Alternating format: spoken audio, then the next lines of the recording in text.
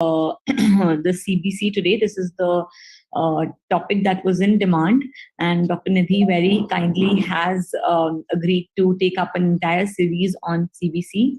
We will be discussing the RBC parameters today. Along with along with some things COVID, not all things COVID, but a few things that have the COVID update that we do usually. So we'll be starting off with that. And we are blessed to have Dr. Nidhi with us, who is the Secretary of IMA and NDB, and also the Associate Medical Director of ENT and the Head of the Safety Committee in Shroff Charity Eye Hospital in Daryaganj. She has very graciously agreed to take these sessions on for us. And today, as I said, we will be discussing about CBC. So without much delay, I'd request Dr. Nidhi to please come forward and carry forward this session. Over to you, Dr. Nidhi. Thank you so much, Dr. Meenakshi. In the last week, again, there has been so much polarization and controversy and fresh news. We all think that, it's all over, and then suddenly a new variant emerges, and there is some part of the world which deals with it, and we just can't get out of discussing it. But as Dr. Meenakshi said, probably from the look of it, in another month or so, we can just call it quits and say that, we'll discuss science, but we'll not discuss COVID after another 4 or 5 sessions. So I'm into that, and let's start today's talk. So we are going to talk about COVID, what has happened in the last week, what is the relevance of natural immunity, do we need so many boosters, and we will begin our series on decoding CBC, part 1 being RBC parameters. Now, when you dive deep into this, you realize that RBCs are more than just oxygen carriers. So let's go forward. Now, this is daily new confirmed cases. It's not per million. It's daily new confirmed cases. And if you look at the countries in Europe, which seem to be driving the numbers right now, Italy 55,000, France 70,000, UK 75,000, Germany 200,000. So these are big numbers. Denmark 10,000 for that small country. Hong Kong. Now there is a smattering mix of countries here, and there is a reason for that. These are the countries that are currently facing rising numbers. Now look at the uptick in the graph here. Germany going up. Let's actually look at it a little better. This is about India. If you see clearly 3 waves, the first one followed by the Delta wave, which all of us remember, where we hit nearly 400,000. Then Omicron, where we hit about 300,000. But if you look at the big 3, just for context, if you look at the big 3, UK, the green one, seems to have sort of closely followed what is happening in the US. US is the black one. And US numbers are really off the charts. You're looking at 800,000 in the Omicron wave, which for India was 300,000. You're also looking at higher hospitalizations and mortality rates than in India. Why should that be so? If you look at the European Union, if you look at European countries, all of them, look, Germany going up, France going up, Austria going up. Denmark is finally coming down. Denmark was the first to remove all COVID restrictions and say that and they did that when they were going up. That we are now going to have to learn to live with it. Belgium kind of going up, Finland kind of going up, very low, but on that uptrend. The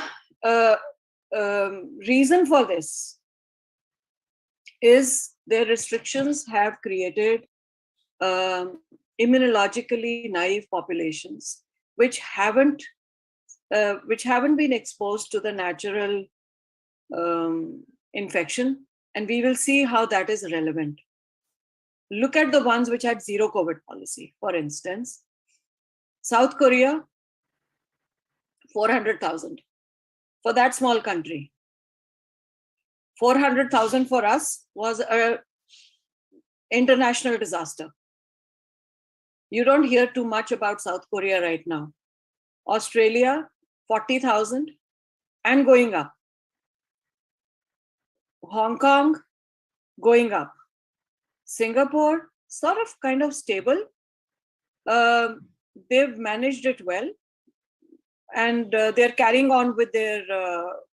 Now look at how the vaccines have helped them. South Korea, they've even got significant population boosted. Italy boosted. France boosted. UK boosted. Germany boosted. What have these boosters done for these countries when the numbers are still going up with the Omicron? Not much, frankly, except that the disease will probably be less severe. But we don't see in UK the hospitalizations going down. US, Russia, you see, these are the countries where even the booster doses are kind of beginning to appear. If we look at those countries which are boosted also, South Korea, right way up there, France going up, UK going up, Italy going up, Thailand kind of moving in that zone of Singapore, again, up and down, but staying stable.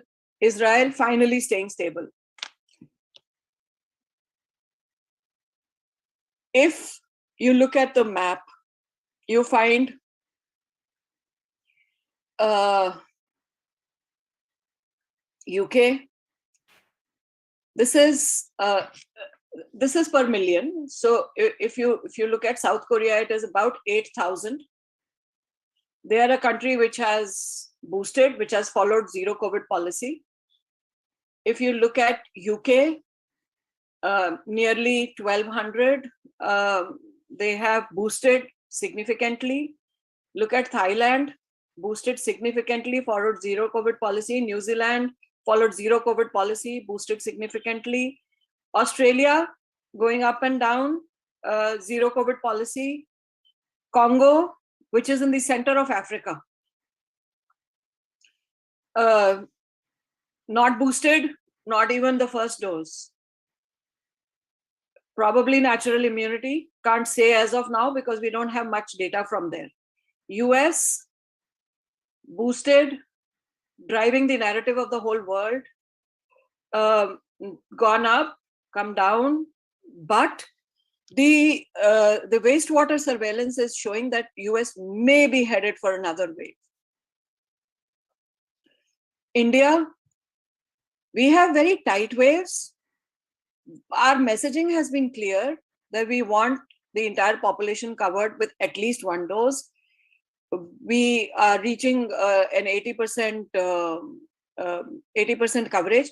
But interestingly, with even before Omicron surged, seroprevalence surveys showed us that at least in Delhi, we were hitting a seroprevalence of about 97%. And in many other states, we were hitting a seroprevalence of more than 80%. Now, when we look at that, when we look at the combination of vaccine with natural immunity, we realize that, that may be the reason why India has kind of dealt with the Omicron wave so much better. Nothing to do with what we did, only to do with the chronology of how the waves hit us. If you look at the comparison between the number of cases and the number of deaths, look at the May figures, where we were hitting about 400,000 new cases a day, and the average deaths were about 4,000. If you look at what has happened in the Omicron wave, you have hit about 300,000 a day in Omicron also, but the deaths have been a fourth of what they were in the Delta wave. One reason is that Omicron is, and I say quote unquote, milder, but I don't think that that is the main reason. I think Omicron has hit a population which already has some degree of natural or combined immunity.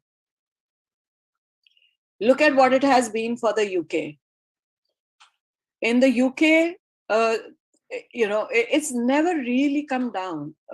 It's been just hovering around that 50,000 mark that they had with their second peak. And with the Omicron, they hit nearly 200,000. In the previous peaks, their average deaths were somewhere around 1,000. But with the Omicron wave, that figure has been a third of what it was for the previous waves. If you look at US, they have very detailed data. So in the US, their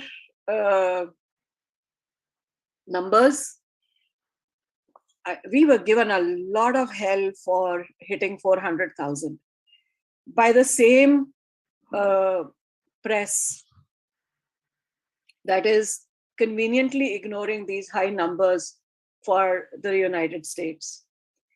805,000, 62 as the average. Average means it would have gone higher than that on some days and would have stayed lower than that on other days. These are mind-boggling numbers for a country that is a third our size in population, maybe less actually. I mean, US is comparable to Uttar Pradesh in population, and we'll see what Uttar Pradesh numbers are looking like. Their tests conducted, their hospitalizations, and their deaths have all been sort of stable. Despite these numbers, these have not gone up. Looking at Asia and Europe, South Korea going up, Vietnam going up, Japan gone up, coming down, Malaysia going up, Thailand going up, China sort of gone up, coming down, Indonesia, Singapore going up, India comprehensively down, Myanmar coming down, but their graph is not very, it's not very characteristic. Pakistan come down, Mongolia. Even though you see the numbers, if you see the numbers, here we are talking about 4,000 and here we are talking about 314,000. So don't just look at the size of the graph.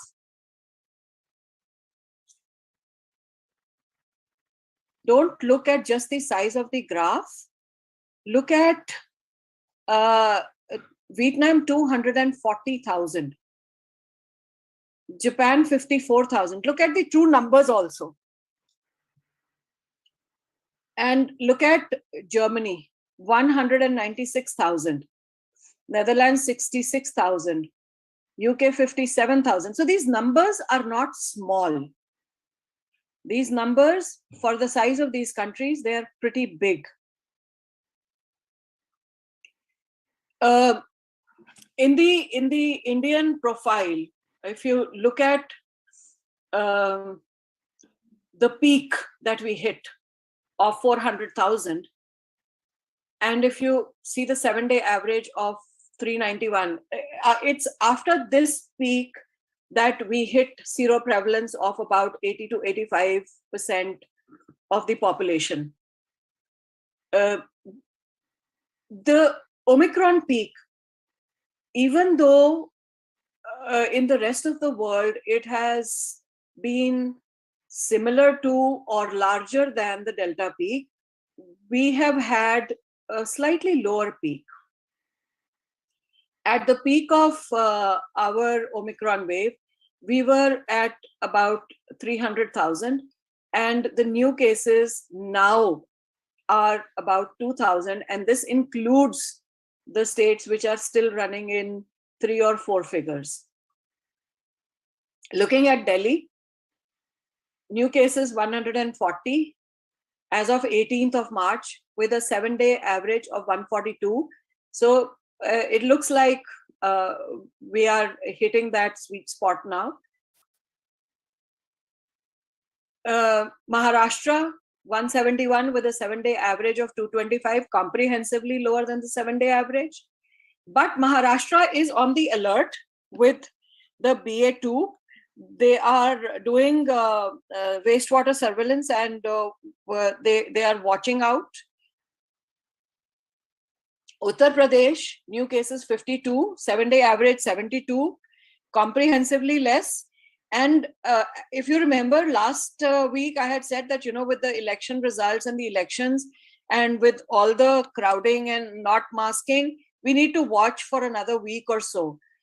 Well, that surge hasn't appeared. We could still probably watch the next week, but it's over here. The new cases are still comprehensively less than the 7-day average. Kerala, still in 3 figures, but 847, 850, 960, 1000. So they are also decidedly less than their 7-day average. These are the seropositivity surveys dated September, October. And if you look at Delhi, they said overall average for Delhi was 97% seropositivity. And if you look at, I think it was East Delhi, which had the highest. So South Delhi has 99%, and East Delhi had, where is East here? Central 99.5, Northeast 99.7. So that's really about 100% seroprevalence. Less than 18 years of age, which were not vaccinated, also had a seroprevalence of about 82%. 18 to 49 years old who were vaccinated had a seroprevalence of 90.3%, and more than 50 years had a seroprevalence of 92.3%.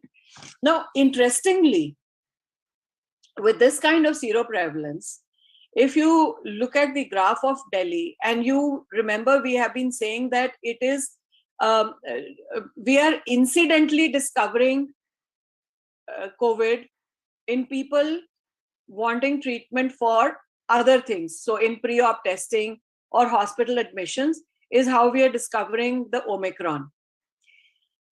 Look at the wealth of papers which are now saying that, and they're from all over the world. It's not just from India. It's not just a public health thing. So Science and Immunology, vaccine before or after SARS-CoV-2 infection leads to robust humoral response and antibodies that effectively neutralize variants. In this, Divya Dayanand, this is an Indian paper published on 27th December. The community seroprevalence and risk factors of SARS-CoV-2 infection in different populations in Vellore and their implications for future prevention. This paper, Antonio Laidi, this is from Switzerland. risk of reinfection after seroconversion to severe acute respiratory syndrome, a population-based propensity score matched cohort study. They say that a single dose with natural infection is protective at least for 8 months. That has been the duration of their study. Then this paper, having SARS-CoV-2 once confers a much greater immunity than a vaccine alone, but vaccination remains important. And that is what we are going to. So the public discourse, the science needs to be followed. We need to understand that immunity is a nuanced dance between several things. So if you're looking at the way the body fights the virus, it's going to have the antibodies, the B cells, and the T cells. Just a waning antibody response is not equal to waning immunity. So if the circulating antibodies drop, the memory B cells will still kick in, the long-lived plasma cells will still kick in when the body is challenged with a new infection. The T cells will have memory and will kick in once the body's immune memory is established.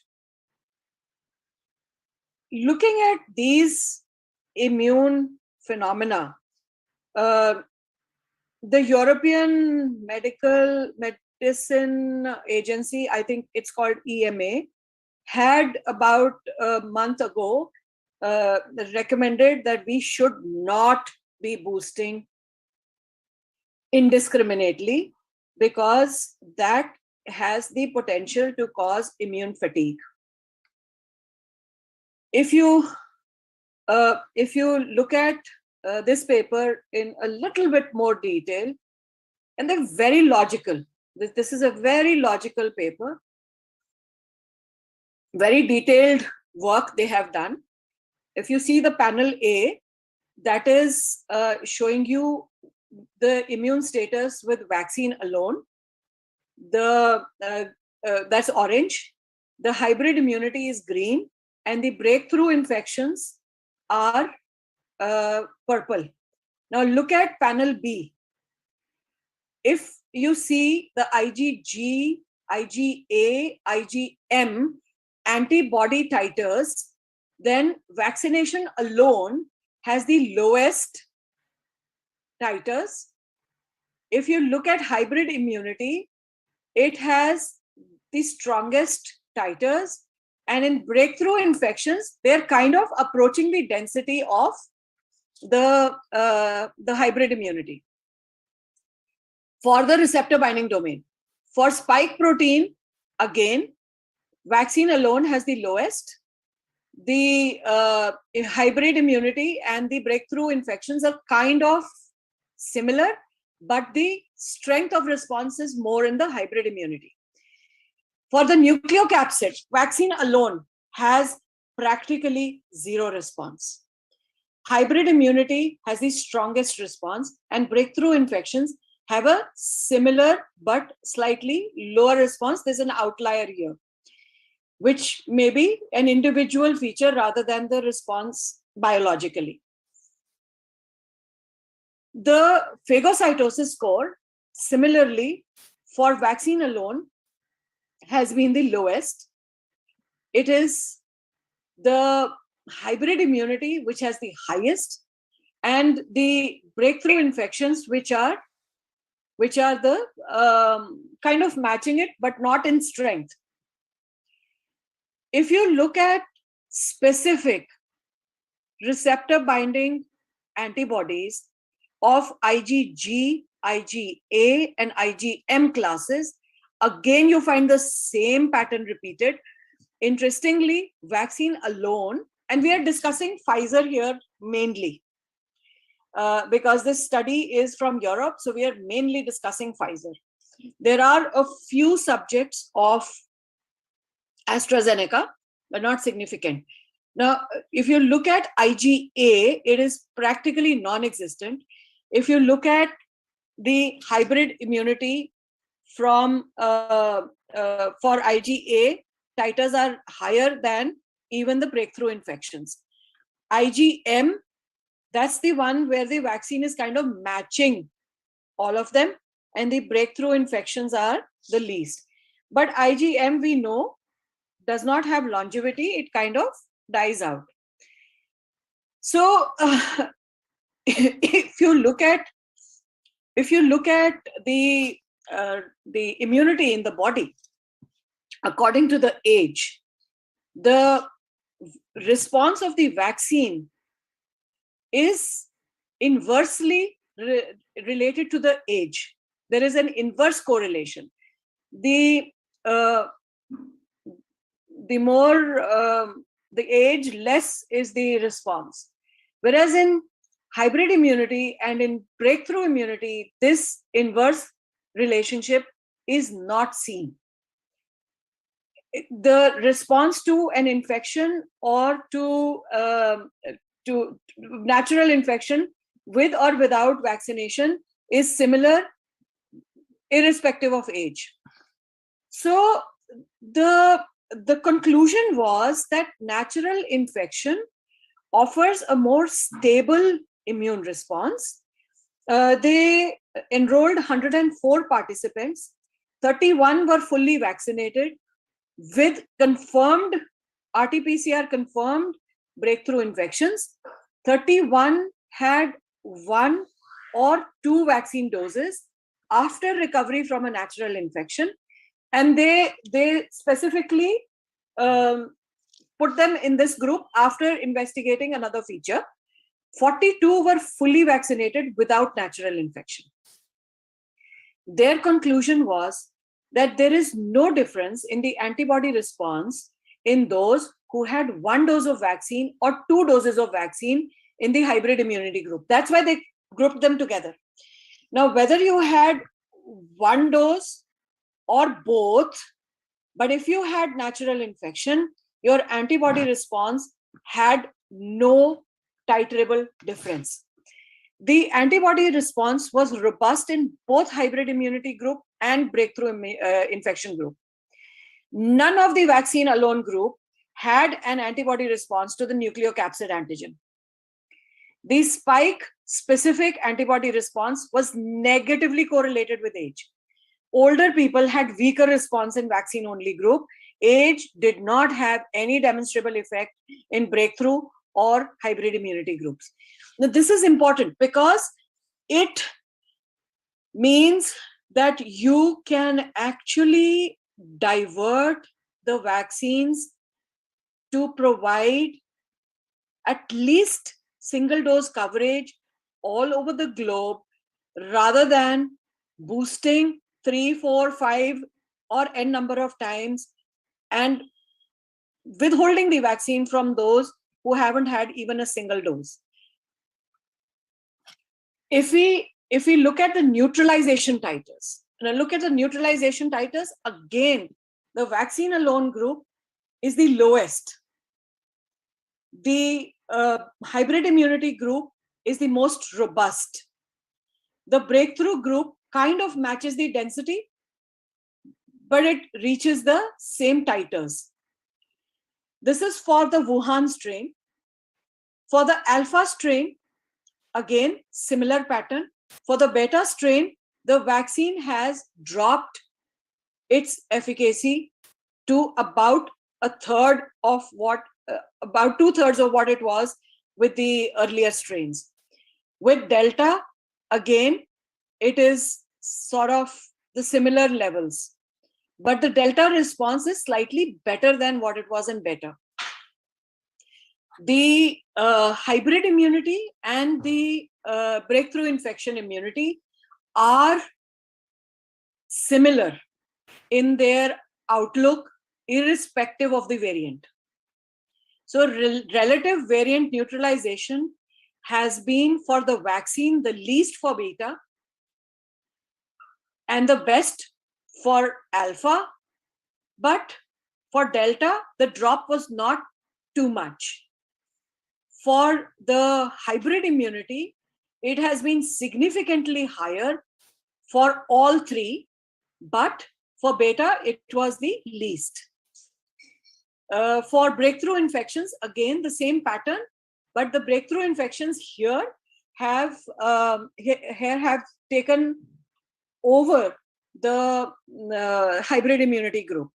So if you look at the dotted line, that's the close fit of what the neutralization has been like. Hybrid immunity has been the best for all variants. Same thing, if you look at the spike for vaccine only, spike for hybrid immunity, way higher, spike for breakthrough infections, much higher, kind of similar, but you know, it's kind of mixed bag here, but you see most of the hybrid immunity lies at the 10 raised to the power 4 mark on the hybrid. Neutralization potency, hybrid better. Gender, sex neutralization ratios. The females have responded better to the vaccines than males, whereas this difference does not exist in hybrid immunity or in breakthrough infections. Now, this is very interesting. I don't know why this is so, but it's very interesting that females have responded better to the vaccine, even though not at the same levels as hybrid and breakthrough. The vaccine alone, we discussed, has, as older you get, less is the response to the vaccine. Hybrid immunity, the response is robust and strong. Breakthrough immunity, the response is adequate, but not as robust as hybrid. So what are the conclusions of this study? Now, the vaccine is of limited supply. We know that a large part of the underdeveloped and underprivileged and marginalized populations have not received the vaccine. And we talk about how important the vaccine is. But the shortest path to global immunity seems to be hybrid immunity. The conclusion was that infection before or after vaccination gives significantly larger neutralizing response compared to vaccine alone.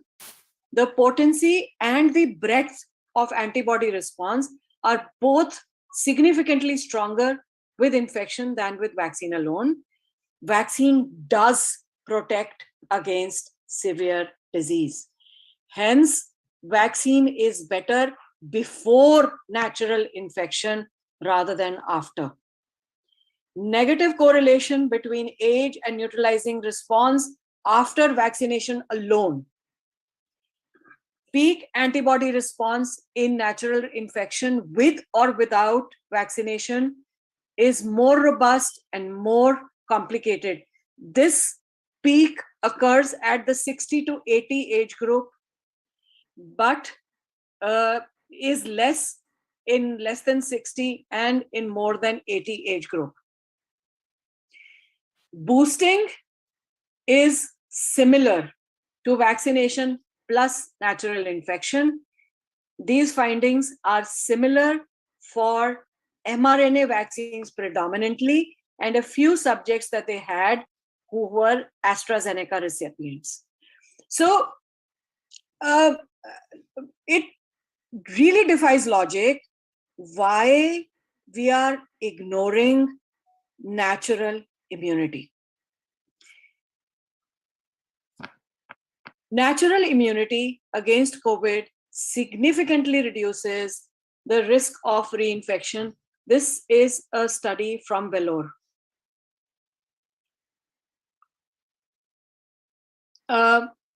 Again, I told you this is a study from Switzerland. So seroconversion after natural infections confers immunity for at least 8 months is the current consensus, and that is because that's the length of time that they haven't been able to study. Let's come to the second part of our talk today. All that I want to say is that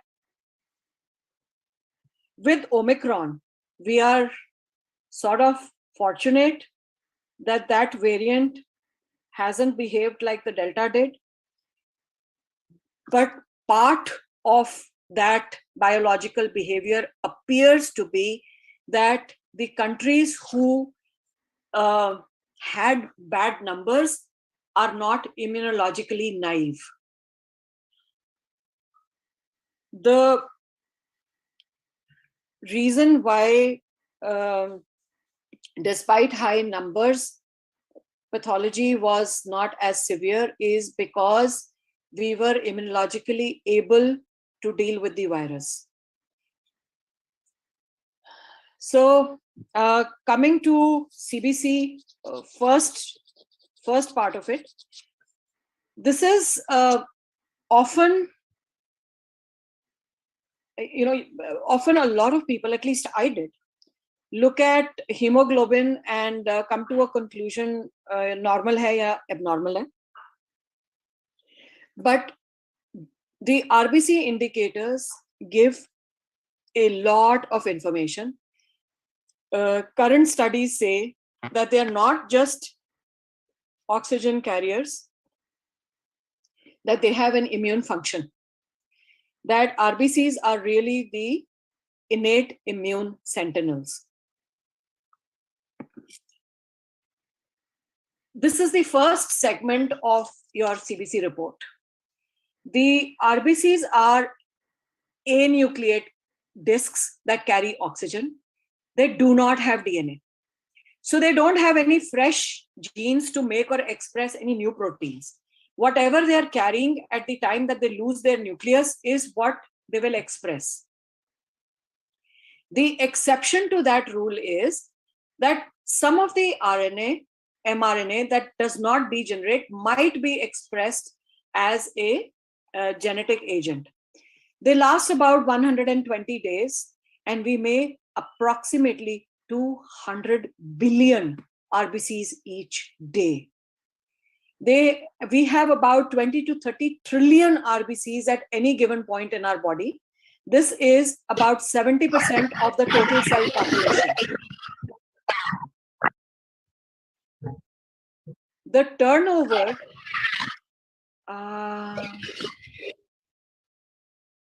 somebody's mic is...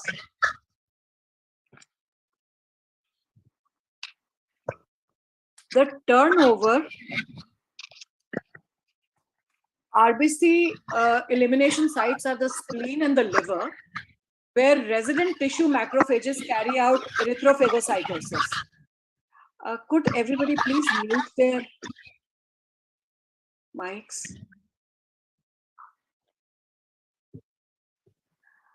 The phagocytosis of RBCs is signaled by a decreased expression of CD47. Now, hold that thought. And it looks like the reason for anemia in infections might be related to this. So what are the immune functions of RBCs?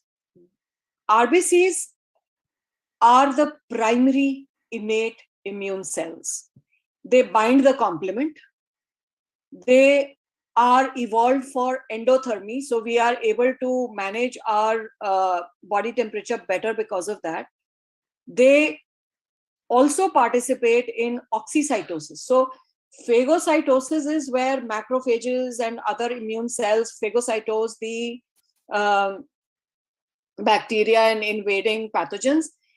Oxycytosis is when the RBCs use oxygen to kill the bacteria.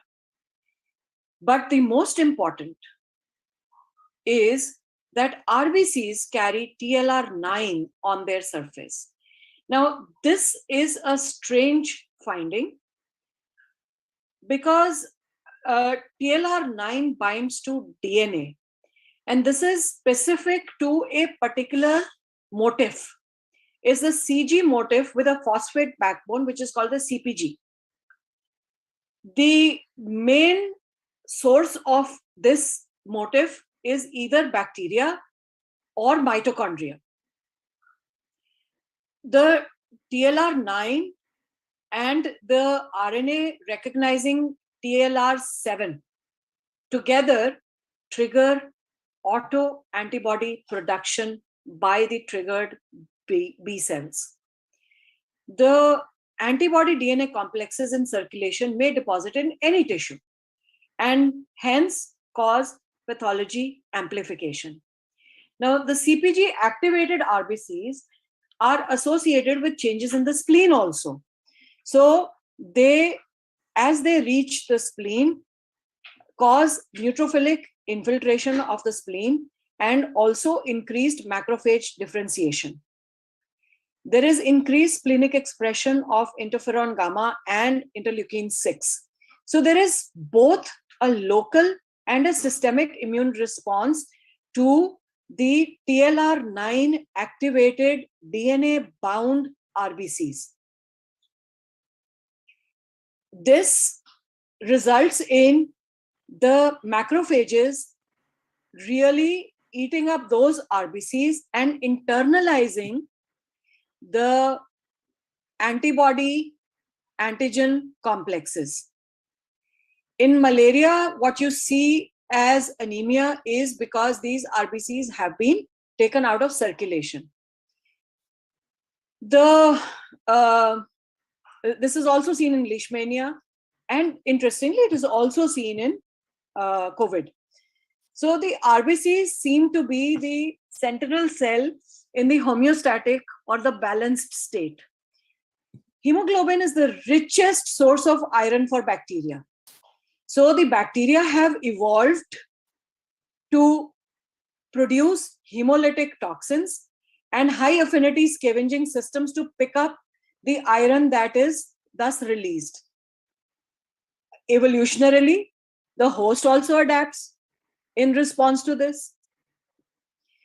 The activated hemoglobin emits bactericidal free radicals in the vicinity of the bacteria. Both the alpha and the beta subunits of the heme molecule have high affinity binding sites for bacterial lipopolysaccharides.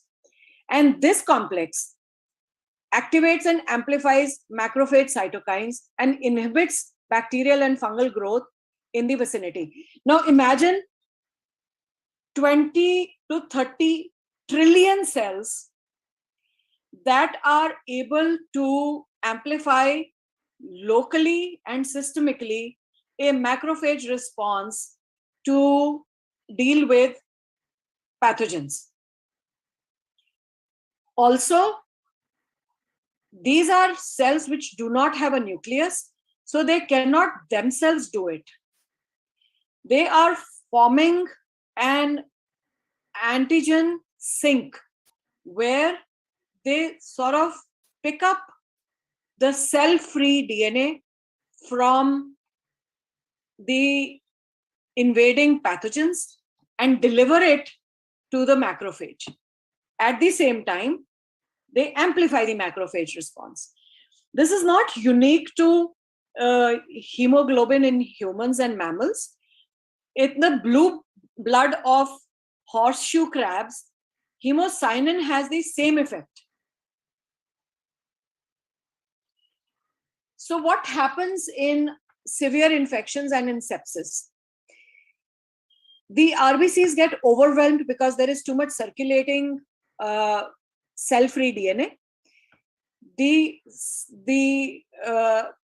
cell-free hemoglobin in severe infections is also associated with increased mortality. There is a dual immunologic property that the RBCs have. The globin attenuates the immune response, whereas heme amplifies it. Globin has the ability to scavenge excess free heme during endotoxemia. Globin reduces macrophage TNF production in the presence of the lipopolysaccharide that it binds.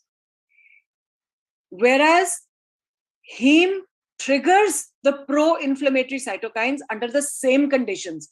So it's going to be a nuanced dance between the two, depending on how much signal they're picking up. Now, heme is a potent danger signal. It activates nuclear factor kappa beta mediated increase in IL-1 and TNF alpha. It increases intracellular ROS and activates macrophages and other associated inflammatory cascade, including and not limited to the complement. Rosetting is an important stage in pathogenesis of malaria and COVID. So what happens is that blood group A and B favor rosetting and blood group O suppresses it. Is this the reason why there is more severity of pathology in blood groups A and B? Something that needs to be studied. Now, COVID-19 affects the erythrocytes in the same way. There is increased red cell distribution width. There is protein degradation. And because the erythrocyte does not have a nucleus, it cannot repair nor produce new proteins. It causes lipid peroxidation and oxidative stress. So if we were to look at the first segment of CBC, we see these parameters: MCV, MCH, MCHC, red cell distribution width, and hematocrit. Then we see the WBC indices, the ESR, and the platelet counts. So MCV, or the mean corpuscular volume, tells us about the average size of the RBCs. The RBCs can be smaller, bigger, or normal in size. The average size is between 80 to 95 femtoliters. MCH talks about the average hemoglobin per cell. This is between 27 to 33 picograms per cell.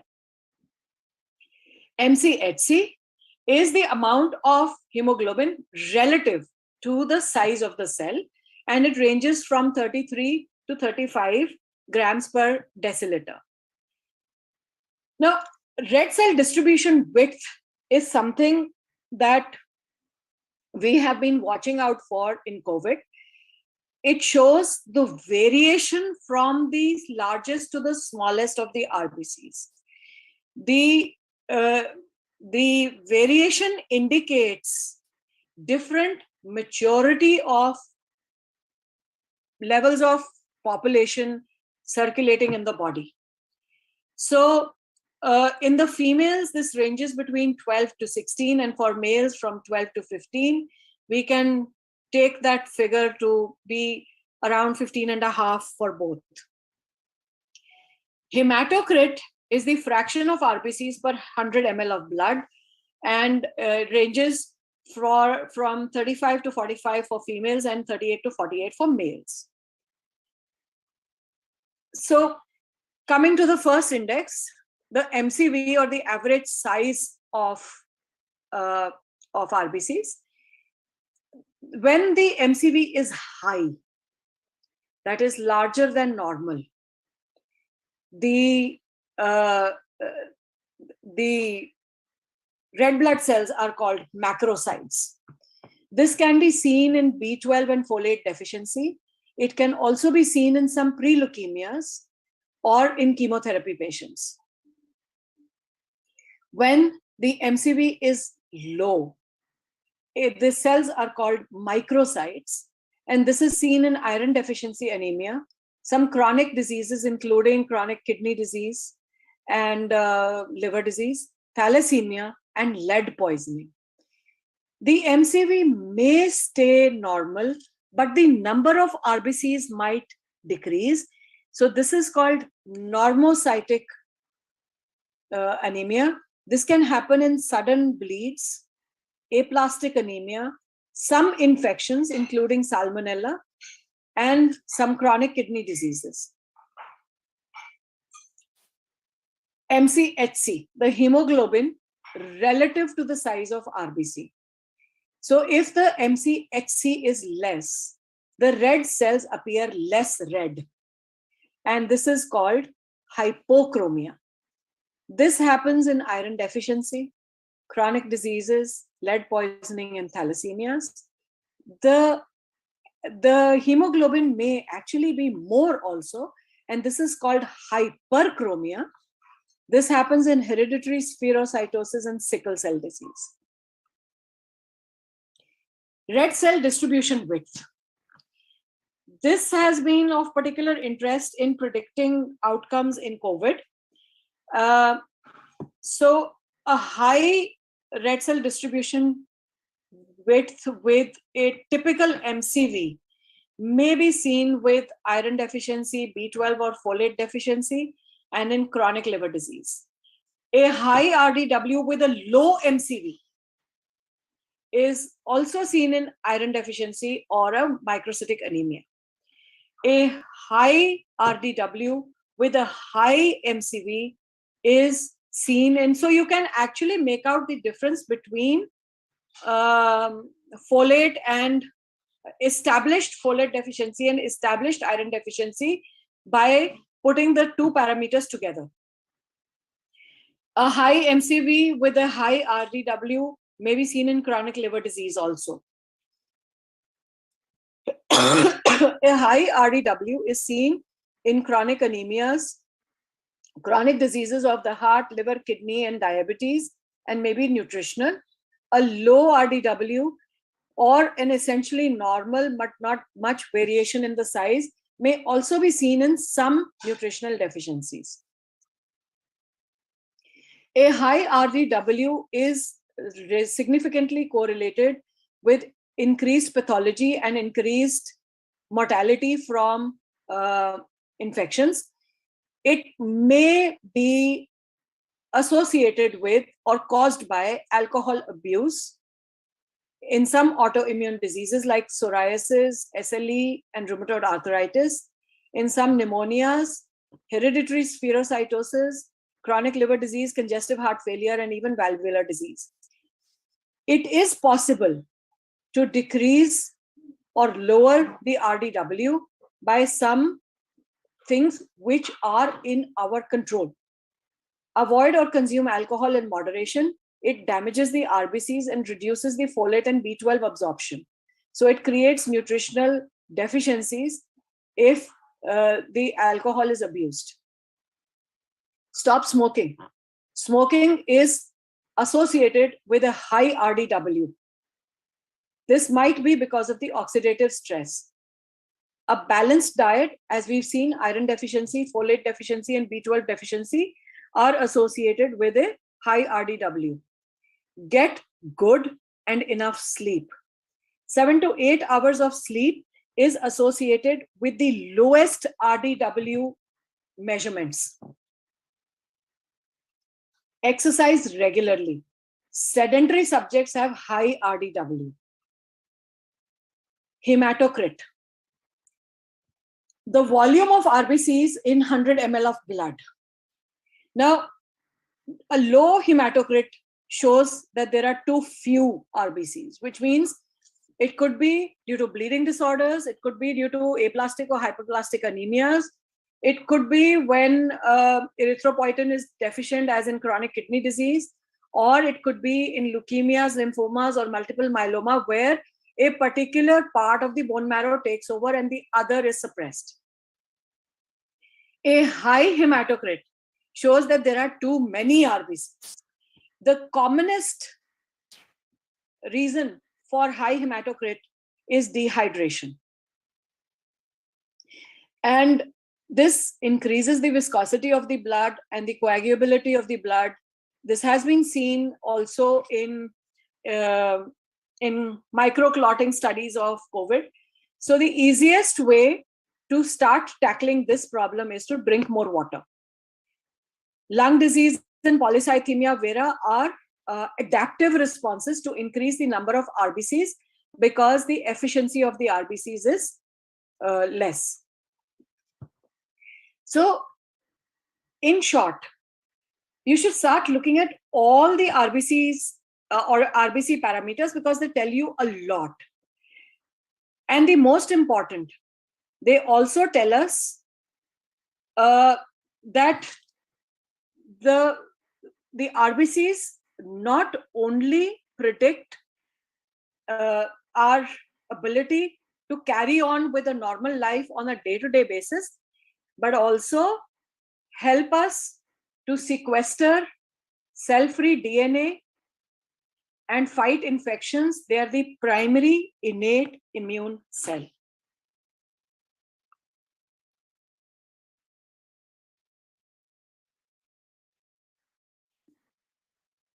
Thank you, Dr. Nidhi. Meenakshi ma'am had to leave because of some medical emergency.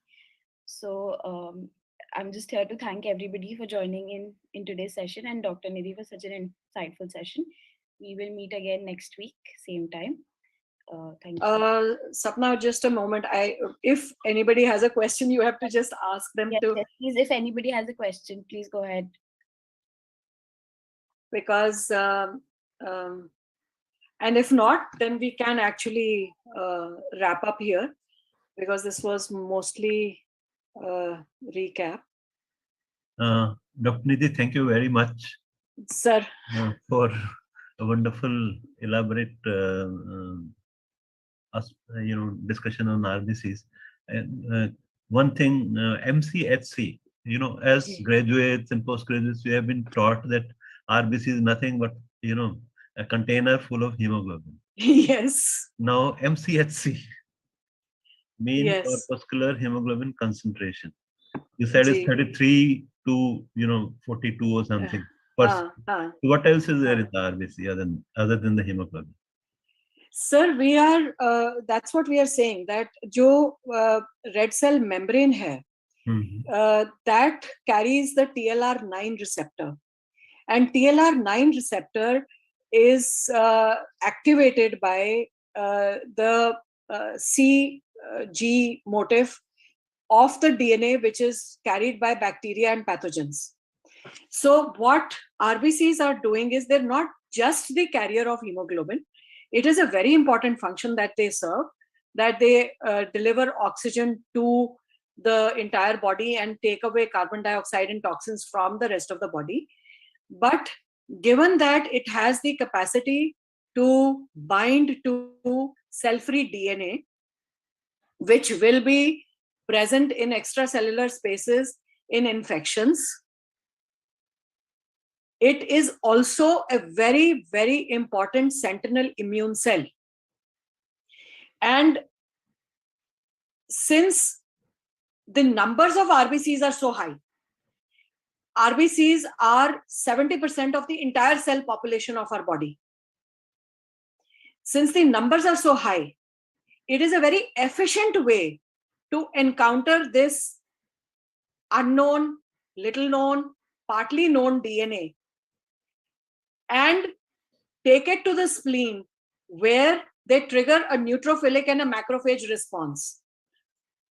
So rather than have the whole body fight in an inappropriate macrophage or cytokine based response, you're localizing the response to the spleen or to the liver, where neutrophils and the macrophages are triggered by the TLR9 Cpg motif complex, and resulting in the innate immunity triggering the adaptive immunity. So this is the connection. Just like the dendritic cell is the connection. Also, if these antibody complexes on the red cell surface were to keep circulating, the macrophages that would encounter it in circulation would then form an inappropriate response. They also would trigger an auto-antibody production. So the red cells are acting both as the sink and as the trigger. So the immune function of RBCs is only now beginning to come into focus. And it seems like the more the CPG activation of TLR9, lower is the expression of CD47. So the CD47 expression becoming low tells the macrophages that these are the RBCs which are now unhappy, and these are the RBCs which have to be eaten up. So the dance is very nuanced. So yes, I would say that RBCs are much more than just carriers of hemoglobin. So we presume that practically 1/3 of RBC is doing its, the function that we were told is the primary function of RBCs, and 2/3 is something else. Volume wise or concentration wise. I don't know, sir. I don't know. I think it is very difficult to put numbers to this. I think it's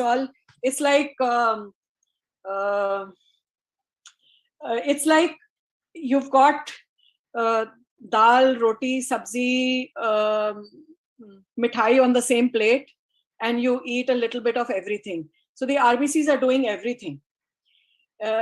But the impact of all that they're doing is more because they are so huge in numbers, and because their primary function so far has been assumed to be that they are oxygen carriers and nothing more than containers for hemoglobin. We have been looking only at those parameters. Now it appears like the immune function may be the reason why we have infection-related anemias.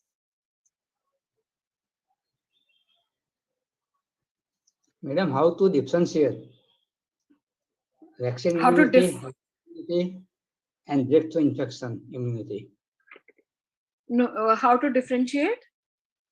Vaccine immunity, hybrid immunity, and breakthrough infection immunity. So, hybrid immunity is simply अगर आपको natural infection भी हुआ है और vaccine भी लगी है. इस study में they had I'm sorry. In this study, what they did was that they took a single dose of the vaccine and a natural infection, and they labeled that hybrid immunity.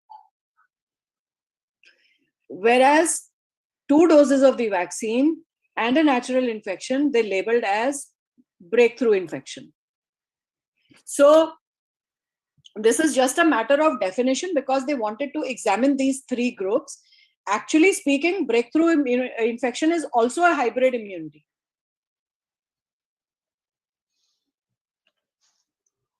And madam, why there is a peak incidence of the antibody in the age of the 60 to 80 years? That's because the immune system is not as robust as in the less than 80, but this is a complicated picture and needs further study. We do realize that to a natural infection, the age group between say 12-13 to about 30-35 would have the best response of both cellular and humoral immunity. This seems to be evolutionarily linked to life expectancy of humans historically. I mean, humans used to die at the age of 35 to 40, and our immune system is programmed to protect us till that age. With increasing longevity, other things are coming into play, and these are all areas of study as of now. And madam, what is the long form of the CG?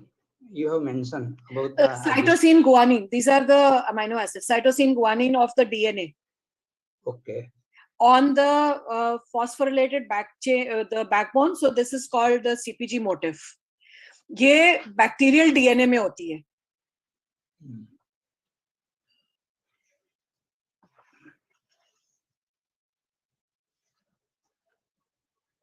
So we And what can is the meaning of rosetting? rosetting. आपको याद होगा हम जो we were talking about microclots, and we said that it's stacking and not clotting per se.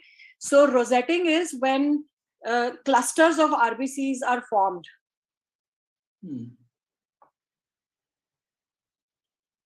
Same effect of that of the HIV.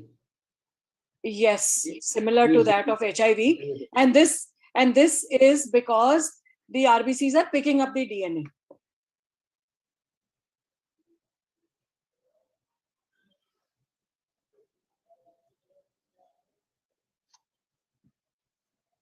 Okay, madam. Thank you so much. I think Sapna, we can. Ma'am, with your permission, can I end the session? Yes, Sapna. Thank you so much, Sapna, for your help. Thank you so much for this wonderful session, ma'am. We learned a lot. So thank you everybody who's joined in, and everybody who is watching us on YouTube and Facebook.